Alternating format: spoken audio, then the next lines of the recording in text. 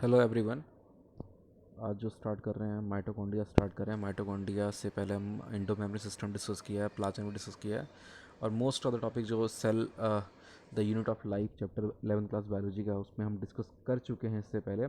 आज जो डिस्कस करने जा रहे हैं माइटोकॉन्ड्रिया, जो एक स्पेशलाइज ऑर्गेनलीज जो हमें एक्सेप्ट प्रोकैरियोट के अलावा सभी जितने ही माइक्रो ऑर्गेनिम्स हैं हमारे पास, उन सभी में ये अवेलेबल है।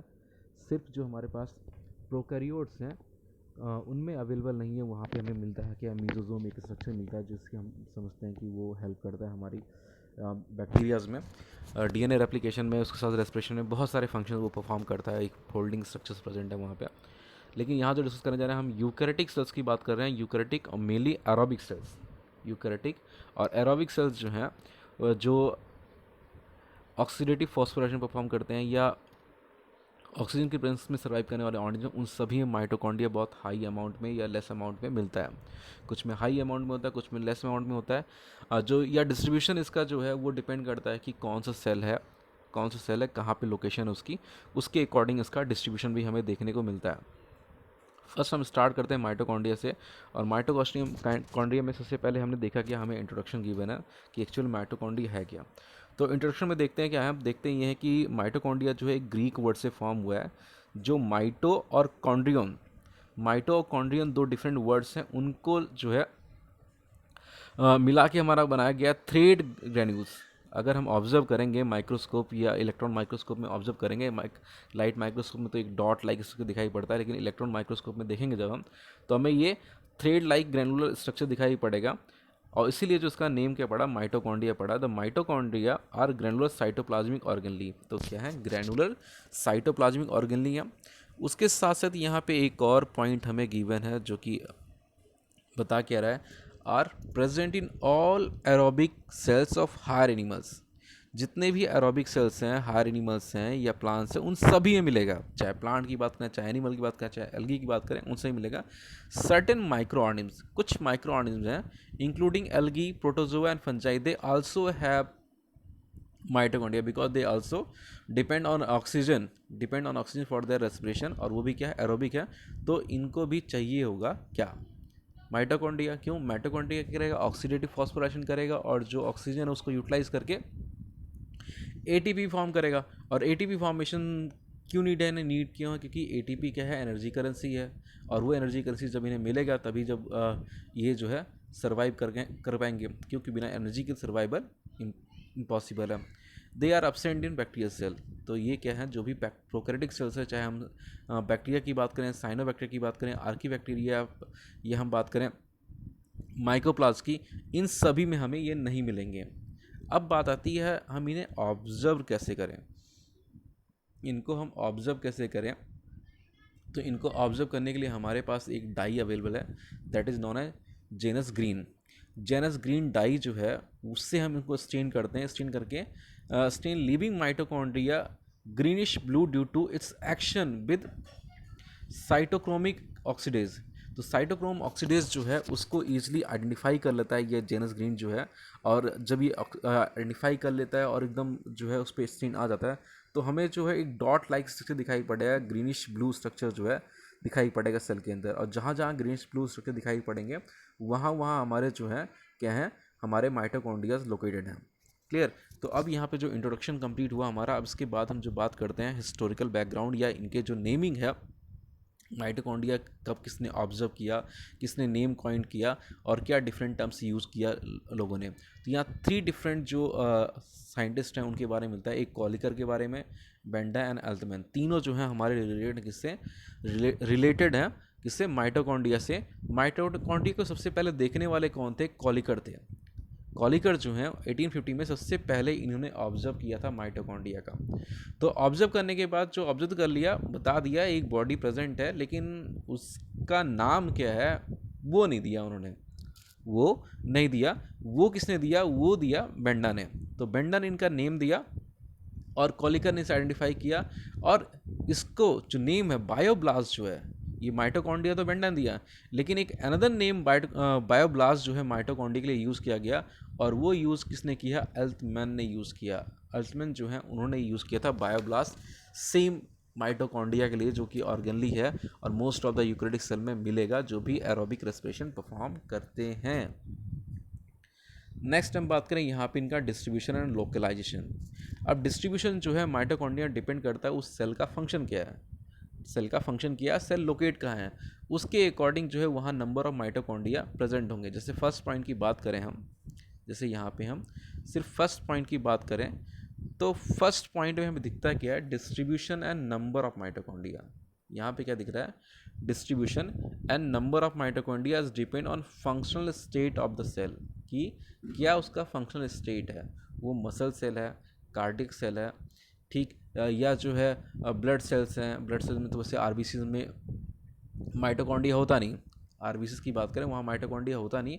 जो न्यूली फॉर्म सेल्स हैं उनमें माइटोकॉन्ड्रिया, बट लेटर ऑन जो है जो आरबीसीज है उनमें कोई भी ऑर्गेनली प्रेजेंट नहीं होता, उनमें कोई भी ऑर्गेनली प्रेजेंट नहीं होता। क्यों? क्योंकि उन्हें नीड की जरूरत नहीं पड़ती, क्योंकि ऑलरेडी ग्लूकोज कंटेन करते हैं, उससे उसके ब्रेकडाउन से उन्हें एनर्जी मिलती है। इसलिए कोई माइटोकॉन्ड्रिया में कोई ना तो न्यूक्लियस प्रेजेंट होता है, ना कोई अदर जो है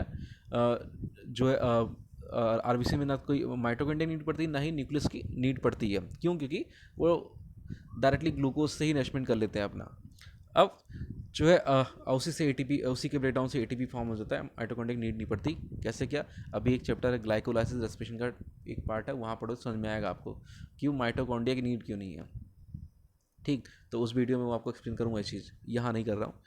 अब जो फर्स्ट बात है क्या, फंक्शनल स्टेट की बात की, फंक्शनल स्टेट क्या है बताया, कार्डिक सेल है, ठीक। फिर बात की है, गलती से ब्लड सेल नाम लेते हैं, ब्लड सेल में माइटोकॉन्ड्रिया होता नहीं तो उसका नाम नहीं आएगा यहाँ पे। दूसरी बात करें हमारी नर्व सेल्स हैं, वहाँ माइटोकॉन्ड्रिया मिलेगा। तीसरी बात करें हमारे जो other different kinds of cells हैं, मसल सेल हो गया, एपिथेलियल सेल हो गया, या कनेक्टिव टिश्यू के डिफरेंट हो गए, ब्लड के अलावा जो सेल्स हो गए, उन सभी में हमें मिलता है। अब उनका फंक्शन क्या है, उसके अकॉर्डिंग वहाँ नंबर ऑफ स्टोमेटा जो है वो अलग अलग होंगे। क्या? नंबर ऑफ स्टोमेटा जो है उनमें डिफरेंस होगा। जैसे यहाँ बात करें, typically mitochondria with many cristae are associated with mechanical and osmotic work situation. तो जो सेल्स मैकेनिकल वर्क परफॉर्म करते, जैसे हमारी मसल सेल्स हैं, जैसे हमारी मसल सेल है वो मेनली मैकेनिकल वर्क परफॉर्म करती है। हमारी बॉडी में इनवॉलंटरी मसल सेल है, वॉलंटरी मसल सेल है। इनवॉलंटरी मसल सेल वो हो गई जो हमारी बॉडी की बिना परमिशन या मेरे बिना परमिशन के मेरी बॉडी में काम कर रहे हैं, तो वो क्या हो गए, इनवॉलंटरी हो गए। वॉलंटरी वो हो गए जो हम मेरी परमिशन से काम कर रहे हैं, ठीक। तो इन मसल्स में हाई अमाउंट में जो है माइटोकॉन्ड्रियाज होते हैं। क्यों? क्योंकि इन्हें ये कंटिन्यूस कुछ ना कुछ फंक्शन परफॉर्म कर रहे होते हैं, कंटिन्यूस कुछ ना कुछ फंक्शन परफॉर्म कर रहे, तो इनमें एटीपी की नीड बहुत ज़्यादा है। और हाई अमाउंट में एटीपी फॉर्म करने वाला कोई है हमारे पास, तो कौन है? वो है हमारा मसल सेल, सॉरी माइटोकॉन्ड्रिया है। इसलिए जो हमारी मसल सेल्स हैं कहीं प्रेजेंट है, चाहे कार्डिक में प्रेजेंट हो, चाहे लेग में प्रेजेंट है, किसी भी रीजन में प्रेजेंट है, उनमें एटीपी ज़्यादा फॉर्म होगा। क्यों फॉर्म? क्योंकि वहाँ माइटोकॉन्ड्रिया ज़्यादा मिलेंगे। उसके साथ साथ जहाँ पे ऑस्मोटिक वर्क परफॉर्म हो रहा है अगेंस्ट द ग्रेडियंट, क्योंकि अगेंस्ट द ग्रेडियंट अगर वर्क परफॉर्म हो रहा है तो वहाँ एनर्जी चाहिए होगी हाई अमाउंट में, और हाई अमाउंट एनर्जी वहाँ कौन रिलीज करेगा? माइटोकॉन्ड्रिया करेगा। तो ये दोनों बात यहाँ पे हो गए। More demand of ATP, more the number of mitochondria. जितनी ज़्यादा डिमांड होगी उतनी ज़्यादा माइटोकॉन्ड्रिया वहाँ अवेलेबल होंगे। जितनी ज़्यादा डिमांड होगी उतने ज़्यादा ही माइटोकॉन्ड्रिया वहाँ अवेलेबल होंगे। अब यहाँ जैसे एग्जांपल के तौर पे लिया गया है क्या, myocardial muscle cell. Myocardial muscle cell कहाँ होती है? कार्डियल मसल सेल होती हैं हार्ट में प्रेजेंट होती हैं। और हार्ट पता है आपको कि special type of muscle tissue है जिसे कार्डिक मसल बोलते हैं। और ये जो है रिदमिक कॉन्ट्रेक्शन करता है और थ्रू आउट द लाइफ करता है। जब फीटस जो है 1 मंथ का होता है तभी से जो है हार्ट जो है फॉर्म हो जाता है, वहाँ पे कार्डिक मसल फॉर्म होना स्टार्ट हो जाती है और वो फंक्शन करना स्टार्ट कर जाता है। टिल डेथ तक वो फंक्शन करता है और उसी स्पीड से फंक्शन कर रहा होता है। तो उसे जो है कंटिन्यूस फंक्शन परफॉर्म करना, तो कंटिन्यूस सप्लाई होनी चाहिए एनर्जी की। एनर्जी की सप्लाई कब होगी? जब वहाँ एटीपी फॉर्मिंग बॉडी प्रेजेंट होगी। और एटीपी फॉर्मिंग बॉडी जो है एनिमल्स की बात करें तो मेनली कौन है? माइटोकॉन्ड्रिया ही है, और कोई नहीं फॉर्म करता है एनिमल में। बट प्लांट के केस में कि माइटोकॉन्ड्रिया और जो है क्लोरोप्लास्ट दोनों फॉर्म कर लेते हैं। अब बात करें, ये हो गया। अब एक और नेम यहाँ जी है, सार्कोजोम गिवन है। एक नेम गिवन हमें, सार्कोजोम गिवन है। सार्कोजोम वो स्ट्रक्चर्स हैं माइकोकार्डियल सेल्स में जो कि क्या फॉर्म कर रहे हैं? लार्ज माइटोकॉन्ड्रिया फॉर्म कर रहे हैं। न्यूमरस और लार्ज माइटोकॉन्ड्रिया जो है उनको सार्कोजोम बोलते हैं। अब नेक्स्ट बात करें, the cells of green plants contain less number of mitochondria than animal cell. अब प्लांट सेल जो है उनको उनमें जो है हमें उनमें क्लोरोप्लास्ट प्रेजेंट है, माइटोकॉन्ड्रिया प्रेजेंट है। ठीक, दोनों एटीपी फॉर्म करते हैं। ये एक रीज़न है, इस एक रीज़न के कारण जो है प्लांट में हमें माइटोकॉन्ड्रिया जो है कम मिलते हैं एज़ कम्पेयर टू एनिमल। क्यों भैया, एनिमल सेल में या अदर में हम बात करें तो एटीपी फॉर्मेशन के लिए सिर्फ माइटोकॉन्ड्रिया है, सिर्फ क्या है, माइटोकॉन्ड्रिया है। लेकिन प्लांट सेल में क्लोरोप्लास्ट भी एटीपी फॉर्म करता है और जो है माइटोकॉन्ड्रिया फॉर्म करते हैं, और दोनों प्रेजेंट होते हैं, इसलिए वहाँ पे नंबर ऑफ माइटोकॉन्ड्रिया कम होते हैं। ठीक, अब ये क्लोरोप्लास्ट एटीपी कैसे फॉर्म करता है, ये चीज़ अपने को पढ़ना है कहाँ, अपने को पढ़ना है कहाँ पे, फोटोसिंथेसिस वाले चैप्टर में। तो जब वो उस पर वीडियो अपलोड करूँगा तो वहाँ इसके बारे में बात करेंगे कैसे क्या जो है फोटोसिंथेसिस के टाइम पे जो है दो डिफरेंट प्रोसेस हैं। एक साइक्लिक फॉस्फोराइलेशन है, फोटोफॉस्फोराइलेशन है, और एक नॉन साइक्लिक फोटोफॉस्फोराइलेशन प्रोसेस है जिसके थ्रू एटीपी वहाँ फॉर्म होते हैं क्लोरोप्लास्ट में। ठीक, तो यही रीज़न है कि यहाँ पे ग्रीन प्लांट में कम रहेंगे mitochondria than animals in the plant. In the plant cell the function of mitochondria is taken over by chloroplast. जो फंक्शन है माइटोकॉन्ड्रिया का, सेम फंक्शन जो है हमारा क्लोरोप्लास्ट ही परफॉर्म कर रहा है, और यही एक बड़ा रीज़न है जिसके कारण हम कहते हैं कि वहाँ पे माइटोकॉन्ड्रिया का अमाउंट कम है। अब नेक्स्ट बात करें यहाँ पे बायोजेनेसिस की। बायोजेनेसिस की मीन्स कि भैया माइटोकॉन्ड्रिया फॉर्म कैसे हुआ। माइटोकॉन्ड्रिया का जो एक इवोल्यूशन थ्योरी है जिसके थ्रू हम बताते हैं, कहते हैं क्या है कि एक हमारा ये प्रोकैरियोट है, ठीक है, ये क्या है, एक प्रोकैरियोट है, और एक प्रोकैरियोट ये है, एक प्रोकैरियोट ये था और एक प्रोकैरियोट ये था। ठीक, या सिंपली हम बात करें हमारे पास क्या था, एक ही यूकैरियोटिक सेल थी। इसकी बात दो तरह से बात कर सकते हैं। ये मान लेते हैं कि रिपीट करता हूँ एक बार, ये पूरा सेल लाइक स्ट्रक्चर ड्रॉ करता हूँ यहाँ पे सर्कल की जगह।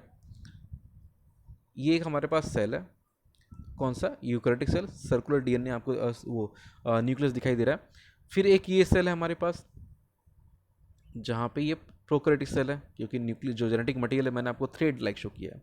अब होता है क्या यहाँ पे क्या हुआ, एक टाइम में होना स्टार्ट हुआ डीनो जो है नेचुरली क्या होना स्टार्ट हुआ, जो यूकैरियोटिक सेल से कुछ यूकैरियोटिक सेल जो है वो इसको कंज्यूम करना स्टार्ट कर गए। क्या करना है, इन्होंने इनगल्फ कर लिया। इनगल्फ करने से क्या हुआ, जो हमारा सेल फॉर्म हुआ ये न्यूक्लियस हो गया और ये माइटोकॉन्ड्रिया हो गया। ठीक, और माइटोकॉन्ड्रिया में क्या होता है, अपना डीएनए होता है, इनर मेम्ब्रेन में फोल्डिंग दिखाई पड़ती है। सेम इनर मेम्ब्रेन पे आपको याद हो तो फोल्डिंग दिखाई पड़ती है कहाँ पे, जो है प्रोकैरियोट्स में भी। बैक्टीरिया की जो इनर मेम्ब्रेन है, प्लाज्मा मेम्ब्रेन है, उसे बहुत सारी फोल्डिंग दिखाई पड़ती है, और वो फोल्डिंग क्या करते हैं, मेसोसोम फॉर्म करते हैं, जो कि रेस्पिरेशन, रेप्लिकेशन सब कुछ परफॉर्म करते हैं। ठीक, तो इन्हीं सब को कॉन्सेप्ट को देखते हुए एक थ्योरी, इवोल्यूशन थ्योरी दी हुई है कि जो माइटोकॉन्ड्रिया आए हैं यूकैरियोटिक सेल में, वो एक्चुअली माइटोकॉन्ड्रिया नहीं, वो पहले कभी एक प्रोकैरियोटिक सेल थे। वो प्रोकैरियोटिक सेल जो है वो इंटर किए यूकैरियोटिक सेल में जिसमें न्यूक्लियस था। ठीक, और ऐसे ही जाके क्या फॉर्म हुआ, ऐसे ही जाके हमारा यूकैरियोटिक सेल फॉर्म हुआ और माइटोकॉन्ड्रिया ऑर्गेनली फॉर्म हुआ। ठीक, अब एक और प्रोसेस यहाँ देखा कि बायोजेनेसिस कैसे हुआ। Some theories suggested that mitochondria are originally de novo। De novo जो है मीन्स मॉलिक्यूल्स के फॉर्मेशन से जो है वो फॉर्म हुई, simple building block like amino acid and lipids, but there is not direct evidence. तो यहाँ बोला गया सिंपली जो पॉलीसेकेराइड हो गया, लिपिड हो गया, पॉलीपेप्टाइड्स हो गए, ये आपस में कंबाइन होके भैया फॉर्म कर दिया क्या, हमारा माइटोकॉन्ड्रिया फॉर्म कर दिया। लेकिन ये इसका एक डायरेक्ट एविडेंस नहीं है, लेकिन ये वाला मिलता है, क्योंकि इसका जो माइटोकॉन्ड्रिया का स्ट्रक्चर जो मैंने ड्रॉ करके बताया था कि जो स्ट्रक्चर है वो बहुत सिमिलर है किससे, प्रोकैरियोटिक के।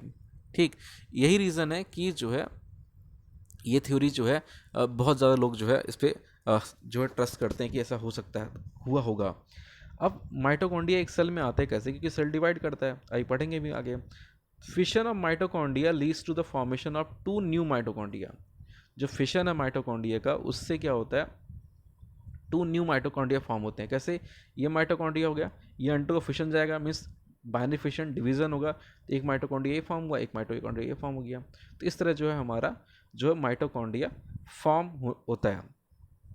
अब नेक्स्ट करें हम स्ट्रक्चर। तो यहाँ पे हमें एक स्ट्रक्चर दे रखा है, दोनों दे रखा है, एक हमें वैसे 3D स्ट्रक्चर दे रखा है, दूसरा हमें TEM देखा है, ट्रांसमिशन इलेक्ट्रो माइक्रोग्राफ जो है वो भी दे रखा है। ये TEM जो है ट्रांसमिशन ऑफ इलेक्ट्रॉन माइक्रोग्राफ दे रखा है, तो किस तरह जो है इलेक्ट्रॉन माइक्रोस्कोपी करने पे हमें इस तरह का इस तरह का स्ट्रक्चर अपीयर होता है। तो आप ऑब्जर्व करोगे ये हमारी एक आउटर मेम्ब्रेन स्ट्रक्चर में, एक ये इनर मेम्ब्रेन है, उसके बाद क्रिस्टा, क्रिस्टा क्या जो डीपली फोल्डिंग्स प्रेजेंट हैं इनर मेम्ब्रेन पे उसको शो करता है।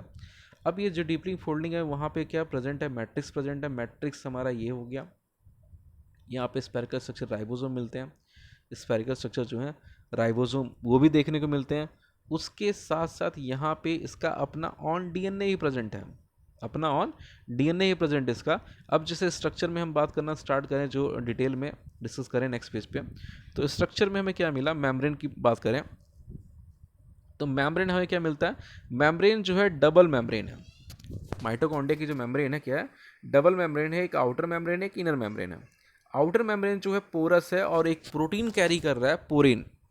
आउटर मेम्ब्रेन जो है पोरस है, उसके साथ साथ एक प्रोटीन कैरी कर रहा है, और प्रोटीन जो है वो कौन सा है, पोरिन है।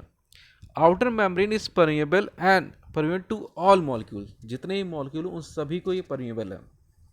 लेकिन इनर मेम्ब्रेन जो है सेमी परमिएबल है, उसके साथ साथ वहाँ पे हमें डीपली फोल्डिंग देखने को मिलता है, उनको क्या बोलते हैं हम, क्रिस्टे बोलते हैं। ठीक, तो ये तो होगी मेम्ब्रेन की बात। अब एक और चीज़ हमें ऑक्सीजोम मिलता है कहाँ पे, इनर मेम्ब्रेन पे। इनर मेम्ब्रेन जो माइटोकॉन्ड्रिया की, वहाँ पे हमें क्या मिलता है, जैसे ये ड्रॉ करूँ आपको, ये आउटर मेम्ब्रेन हो गई, ये इनर मेम्ब्रेन, जो ये मेम्ब्रेन है ये इनर मेम्ब्रेन हो गया।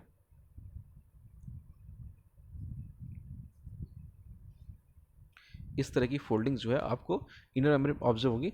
उसके साथ साथ यहाँ पे कुछ प्लेसेस में हम बोलते हैं F0 F1 पार्टिकल प्रेजेंट है। तो जो F0 F1 पार्टिकल प्रेजेंट है, एक्चुअली से ये जो है हमारा ये हमारा आउटर मेम्ब्रेन हो गया, ये जो है हमारा क्या हो गया, ये हो गया हमारा inner membrane with folding present. लेकिन फोल्डिंग यहाँ शो नहीं कर रहा हूँ, क्यों नहीं शो कर रहा हूँ, क्योंकि मैं ऑक्सीजोम आपको शो करना चाहता हूँ। अब ऑक्सीजोम क्या है, ऑक्सीजोम जो है यहाँ पे है, या एक सेकेंड, ये हो गया हमारा क्या हो गया, इनर मेम्ब्रेन हो गया। इनर मेम्ब्रेन बहुत सारी फोल्डिंग प्रेजेंट है। यहाँ पे क्या आ गया हमारा, F0 आ गया, यहाँ पे क्या आ गया, F0 आ गया, और एक प्रोटोटिंग स्ट्रक्चर है वो क्या हो गया हमारा, F1 हो गया। इसी को हम बोलते हैं क्या, ऑक्सीजोम। ये एक एंजाइम कैरी करता है, एटीपीएस एंजाइम कैरी करता है, और ये एटीपीएस एंजाइम जो है करते क्या है, यहाँ पे एक अभी एक इलेक्ट्रॉन ट्रांसपोर्ट चैन पढ़ेंगे। इलेक्ट्रॉन ट्रांसपोर्ट चैन होता क्या, यहाँ पे जब हमारे रिड्यूसिंग एजेंट जो गए, NADH हो गया, NADH जो है NAD रिड्यूस होके जो है रिडक्शन किया, रिडक्शन करने के बाद जो है वो ऑक्सीडाइज होगा कहाँ पे, इनर मेम्ब्रेन में। इनर मेम्ब्रेन में जब ऑक्सीडाइज होगा तो प्रोटॉन रिलीज करेगा, और वो प्रोटॉन जो है हमारे कहाँ आएंगे, यहाँ पे आएंगे। कहाँ पे आएंगे हमारे, यहाँ पे आएंगे, H+ आयन आएंगे। अभी आप स्पेस नहीं है शो करने के लिए, या H+ आयन जो है ये आएंगे। जब ये H+ आयन इसके थ्रू जो है यहाँ से इंटर करने के पास होना स्टार्ट करेंगे, तब जाके ये क्या फॉर्म करेगा, ADP और इनऑर्गेनिक फॉस्फेट को यूटिलाइज करके हमारे लिए फॉर्म करेगा क्या, हमारे लिए फॉर्म करेगा ATP फॉर्म करेगा। तो ऑक्सीजोम बहुत ज़्यादा हमारी हेल्प करते हैं, किसमें, ATP फॉर्म करने में करते हैं। अब देखते हैं यहाँ हमें टेक्स्ट में क्या गिवन है वो देखते हैं। तो टेक्स्ट में हमें क्या गिवन है, टेक्स्ट में हमें गिवन है कि oxysome also known as inner membrane subunits, इनको क्या बोलते हैं, इनर मेम्ब्रेन सब यूनिट्स बोलते हैं। उसके साथ साथ बोलते हैं एलिमेंट्री पार्टिकल, बोलते हैं F1 पार्टिकल और F0 F1 पार्टिकल। ठीक, ये एक F0 जो है इम्बेडेड होता है, मेम्ब्रेन के अंदर ही होता है। F1 प्रोटोटेड स्ट्रक्चर बाहर की तरफ होता है। Are meant for ATP synthesis और फॉस्फोराइलेशन। फॉस्फोराइलेशन और जो है ATP सिंथेसिस दोनों एक ही चीज़ हैं, उसके लिए जो है ये यूज़ होते हैं। अब कैसे यूज़ होते हैं अभी आगे पेज पे मैं एक्सप्लेन भी करूँगा आपको। अब नेक्स्ट मैट्रिक्स क्या है, मैट्रिक्स की एक साइटोप्लाज्मिक कंटेंट है जो कि जेल लाइक प्रोटीनेशियस मटीरियल है, जिसके अंदर आपको लिपिड मिलेगा, प्रोटीन मिलेगा, सर्कुलर DNA मिलेगा, एंड राइबोसोम मिलेगा, और कुछ ग्रैन्यूल्स मिलेंगे। तो ये सारी चीज़ें आपको कहाँ मिलेगी, आपको मिलेगी मैट्रिक्स में देखने को मिलेगी।